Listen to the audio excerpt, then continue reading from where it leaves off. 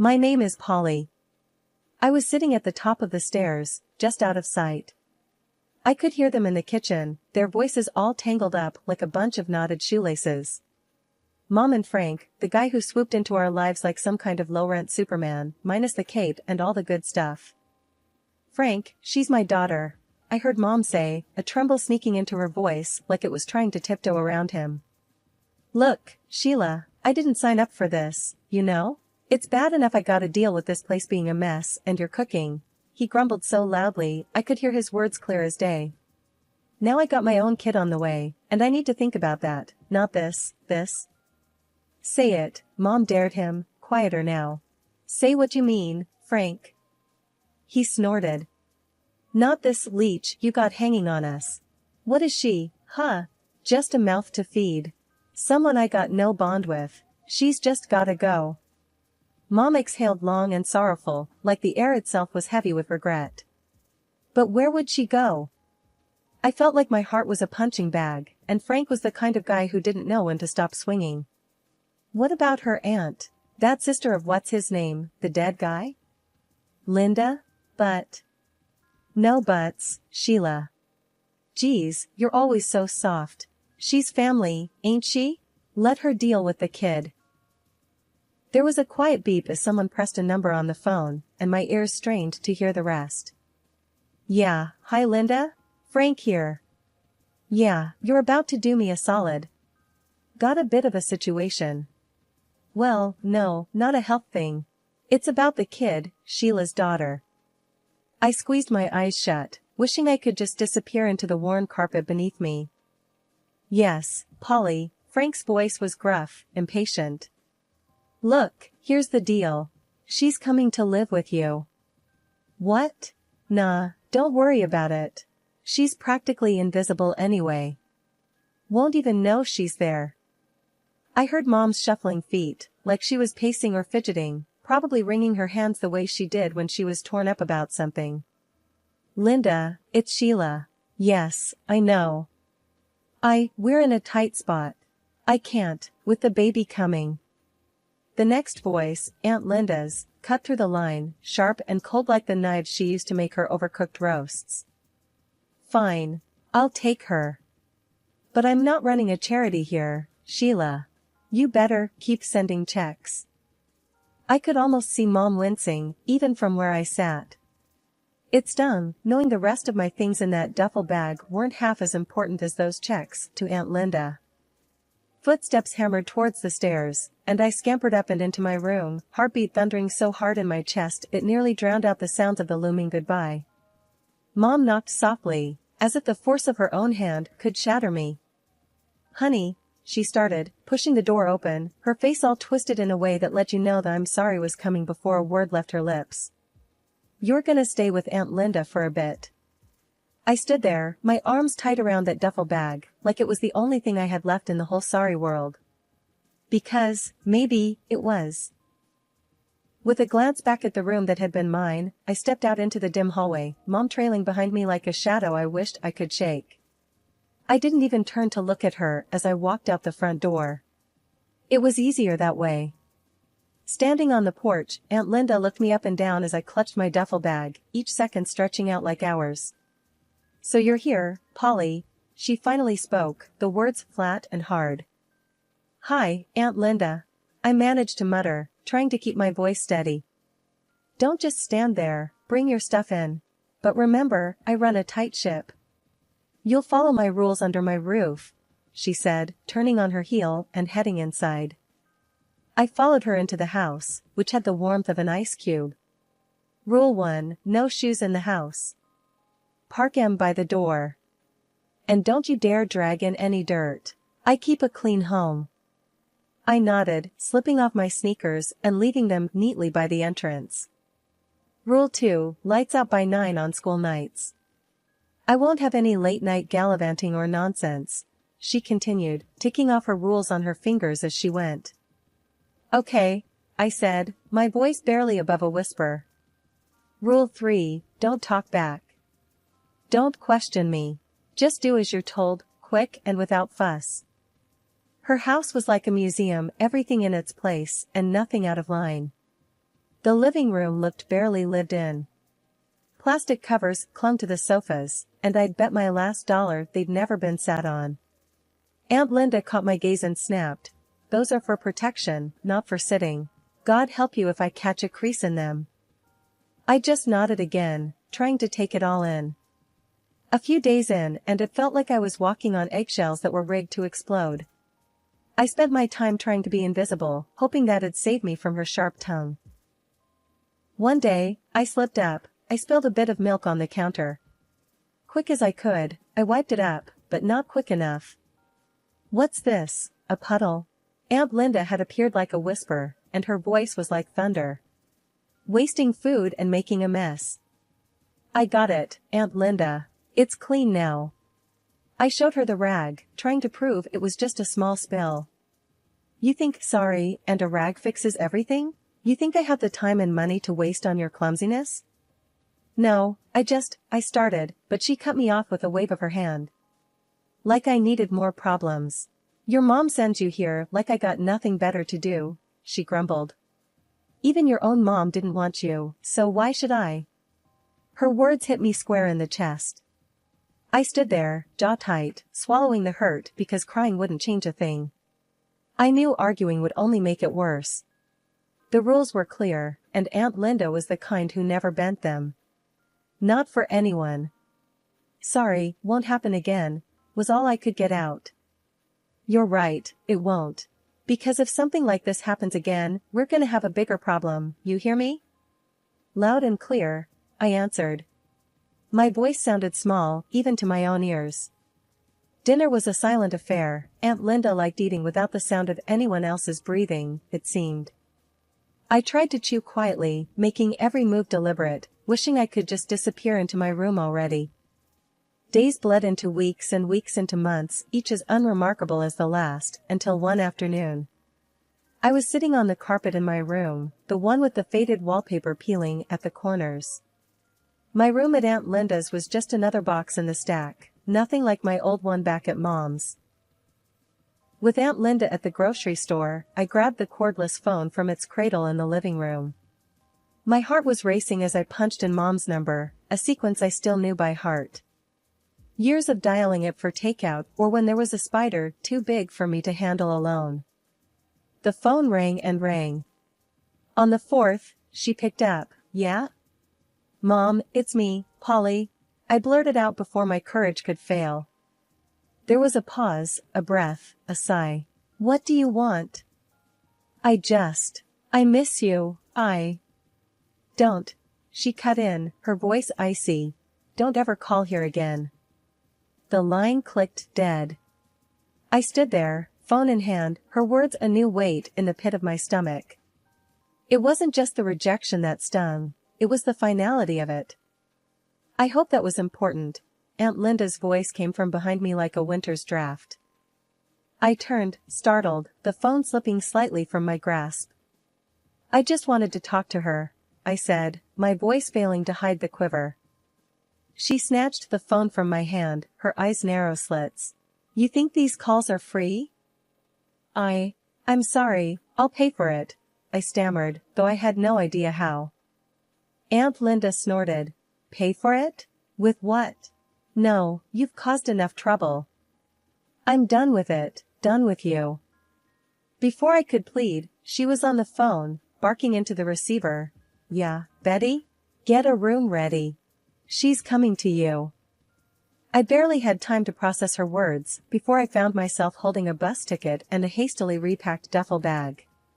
She dumped me at the bus stop with a shake of her head and a good riddance that followed me onto the bus. I was on my way to Grandma's, and as the bus chugged along, the town I knew became a blur. I thought about Mom's voice, that tone I'd never heard before. I pressed my forehead against the cool window, the hum of the engine a stark contrast to the storm inside me. Grandma lived in a smaller town a couple of hours away, in a house that was as old but twice as cozy as Aunt Linda's. She was standing on the porch when I arrived, her eyebrows drawn down in concern. "You okay, Polly?" she asked as I trudged up the steps. I shook my head. "Aunt Linda sent me away." Mom doesn't want to talk to me anymore. Grandma sighed, opening her arms wide. I stepped into her hug like it was a safe haven. Families can be tough, she murmured. Come on in, I'll make you some tea. As I sank down at her kitchen table, surrounded by the comforting scent of cinnamon and apples, the warmth of the room unfreezing my fingers, I started to realize something hard. That sometimes, the idea of a parent isn't what you get. And maybe, just maybe, I had to start figuring out how to deal with that. The day I settled into Grandma's house, I could tell it was a different world. The walls were lined with pictures of plants and landscapes, unlike the museums back at Aunt Linda's place. Grandma was already in the kitchen, the heart of her home, humming a tune I didn't recognize. Gran, you need help with anything? I called out as I dragged my bag inside. Without missing a beat in her humming, she replied, Nah, just park yourself at the table. Gonna fix us some grub. Her voice was raspy from years of yelling over the noise of farm machinery back when she used to run the family's apple orchard. Now, the most noise she dealt with was the creaking of the porch swing and the clatter of her old pots and pans. As the weeks passed, I fell into step with her ways. Wake up before the sun, help with breakfast, then off to school. After school, help around the house, dinner, homework, and bed. No frills, no drama.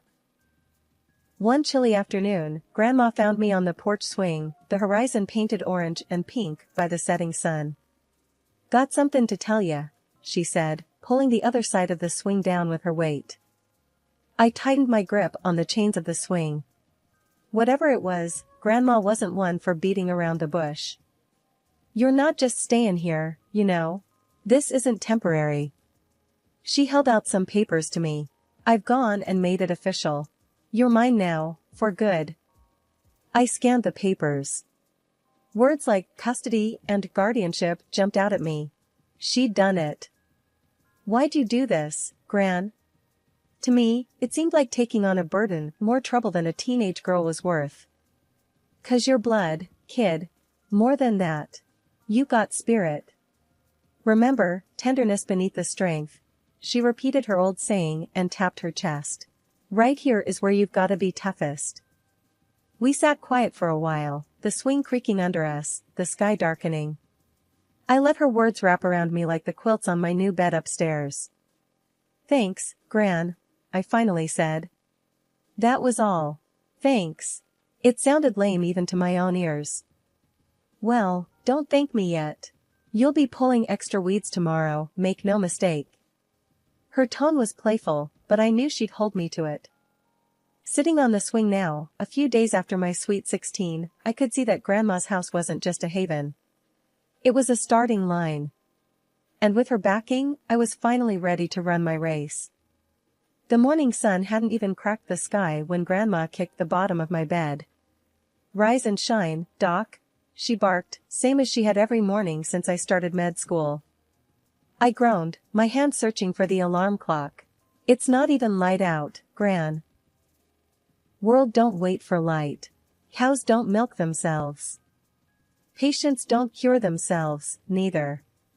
She didn't have cows to milk, of course. It was about getting a point across, like always. Afternoons at the hospital were a blur of white walls and beeping monitors. By the time I got back, evening had settled in, and the house glowed with warm light. How'd it go? Grandma was at the stove, poking at something that smelled like heaven. Good, real good. I washed my hands at the kitchen sink, watching her move around the kitchen. Dr. Klein let me lead a minor procedure. She raised her eyebrows, a spoon still in her hand dripping some sauce. Is that right? And how'd that feel? Scary as hell, I admitted. But I did it, and it went well. That's 'cause you're made of tough stuff. She plated the food and set it on the small kitchen table. Earned your stripes today, huh? Feels like it, I agreed, diving into dinner. Afterward, we sat on the porch, me with a textbook, her with her knitting. The night was quiet, the only sound the crickets and the occasional turn of a page or click of needles. Thinking of Ted? She asked out of the blue. Ted was the first boy I brought home, a lifetime ago it seemed. Not much time for that. I didn't even glance up from my book. Relationships took time and energy I didn't have. You make time for what's important, she countered. There's more to life than just work and study. I sighed. Maybe after my residency, Gran. She nodded, knowing that was the best I could offer right then. Just remember, life's short. I smiled at her words, thinking how many times I'd heard just that. Never forget, you got more to give than just being a good doctor. Got a heart that needs sharing too. It was in this simple way that she kept my feet on the ground, reminding me there was a world outside medicine, and one day, I'd be a part of that too. We didn't talk much after that. The night wrapped around us, a blanket of peace as I pondered a future that seemed both exciting and terrifying. As the clock ticked towards tomorrow, I knew one thing for sure, whatever the future held, I'd face it head on. Just like Grandma taught me. I should have known when Gran missed breakfast for the third day straight. It's nothing, she'd said, waving off my concern. But nothing didn't leave you pale and worn out, nothing didn't whisper lies in a voice that trembled like an old barn in a storm. The news hit like a brick. It's cancer, the doctor told me, voice flat like the EKG I wished was for someone else, anyone else. You serious? I'd asked, eyes darting from the doctor to Gran, who sat there nodding like she'd known all along. As serious as it gets, Gran said. She sat up straight, no tears, just that squared chin that always meant business. The battle was short and fierce, and through it all, she'd never let me see her scared.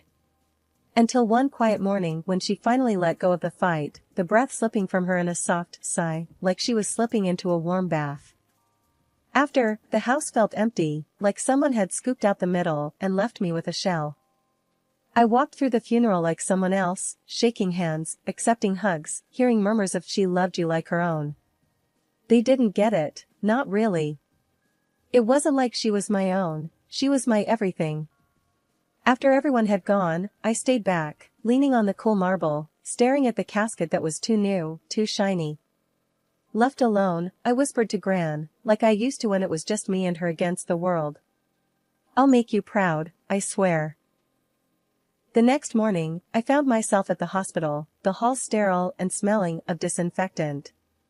My hands were steady, my mind clear. This was where I belonged. I might have lost Gran, but I was going to save others, keep going, just like she would have wanted. In surgery, my hands didn't shake. Gran's strength lived in me. Each stitch was a promise, a testament to her legacy, a legacy of love. Love that didn't end with last breaths or in silent funeral halls. It was the love that pushed you forward when life kicked you in the teeth. The love that made you square your shoulders and face each day knowing you were never really alone. Mom always had a flair for drama, like she could smell money from miles away and come sprinting.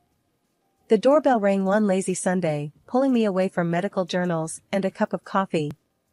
I opened the door and there they were, like some twisted version of a family reunion photo. Mom looked at me with those hawkish eyes, and before I could even get out a hello, she was in with the ask. You've gotta share, it's only fair. Half is ours by rights, she said, her hand fluttering around like a bird trying to get out of a cage. Stepdad just leaned in the doorway, arms crossed, a muscle ticking in his jaw. He had that look, the one he got when he knew Mom had a great idea. Sarah hung back, not saying a word, just scrolling on her phone. I couldn't help it, a laugh just bubbled up. Oh, you? For what, exactly? Last time I checked, you kicked me out when I was 11. Mom's eyes narrowed to slits. We put a roof over your head, fed you, clothed you. That has to be worth something. Fed? Clothed? More like rations and hand-me-downs. I crossed my arms, mirroring Stepdad. I was not going to be bullied. But Gran, she said, the word almost a slur, she left you everything, and we're struggling here. Stepdad took a step forward. Listen, just give us what we deserve and we can all walk away from this peacefully. I shook my head, a mix of anger and disbelief churning in my gut. Gran didn't leave you a penny, 'cause she knew exactly what sort of people you are. Matter of fact, you remember that whole thing when I was a kid, about where I came from? Well, turns out Gran adopted me when I was a baby, so legally, I'm not even obligated to give you the time of day, let alone any inheritance. Mom went pale as a sheet, her mouth opening and closing like a fish. No. Sarah looked up then, her face confused. What's she saying, Mom? Stepdad's face transformed into a dark cloud. She's saying we're not getting a damn thing. That's right, I affirmed. You won't get anything from me. You'll regret this, Stepdad growled, a vein bulging in his neck. I stepped out, bracing myself against the frame of the door, the morning sun hot on my back. Is that a threat? I asked, my voice steelier than I felt. He squared his shoulders, but I wasn't 11 and scared anymore. It's a promise. Mom grabbed his arm, giving me a look that could curdle milk. Let's go, she hissed. I stepped back inside and closed the door, the click of the latch loud in the quiet house. Gran was gone, but she left me more than money. She left me the courage to stand up to them and the sense of worth they'd tried to take from me. Neighbors gave me the heads up with a quick call, that sort of just thought you should know ring that meant trouble. Your mom and her lot set up camp in your grandma's old house, they said, all concerned and a bit gossip hungry. That house was mine and mine alone, Grandma made sure of that. The nerve of them, thinking they could just move in and not one soul would tell me. Guys, I said, knocking on the door louder than necessary, you can't just crash here. This isn't a motel. Mom yanked the door open, a fake smile plastered on her face. Polly, we're family, she exclaimed, leaning against the doorframe like she owned the place. Stepdad loomed behind her, his look less welcoming. We're not going anywhere. This is as much ours as it is yours, he stated with that smug smirk that made my blood heat up. I clenched my fists, feeling the weight of the keys in my pocket. The house is mine, legally. You have one day to get out, or I'm calling the cops.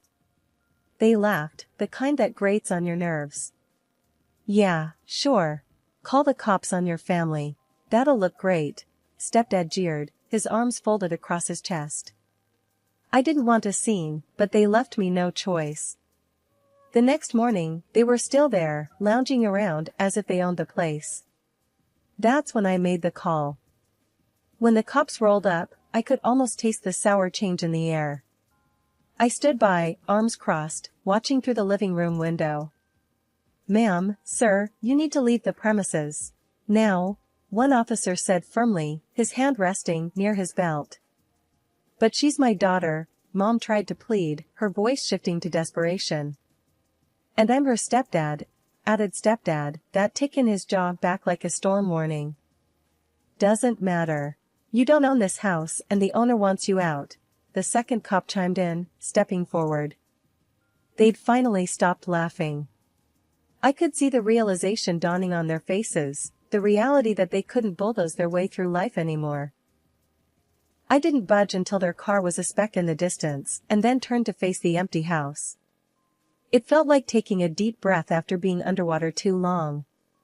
It was quiet, the kind of peace that comes when a storm has passed and left clear skies in its wake.